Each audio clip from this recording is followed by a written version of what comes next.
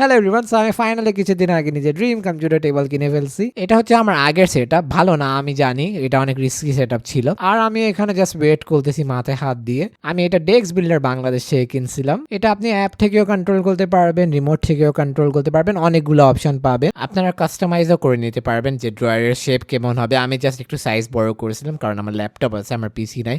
So আমার অল্প একটু জায়গার দরকার ছিল যেন আমি ল্যাপটপের জন্য আমার ঝামেলা না হয়। সবকিছু ঠিক ছিল, যিনি নিয়ে আসছিল উনি আমার একটা স্ক্র্যাচ দিয়ে দিয়েছে। ডেস্ক বিল্ডার বাংলাদেশকে ইনফর্মও করেছিলাম যে এটা হয়েছে। সো ওরা বলছিল যে মানুষ এসে এটা ঠিক করে যাবে, যে পুডিং টুডিং লাগাই দিবে।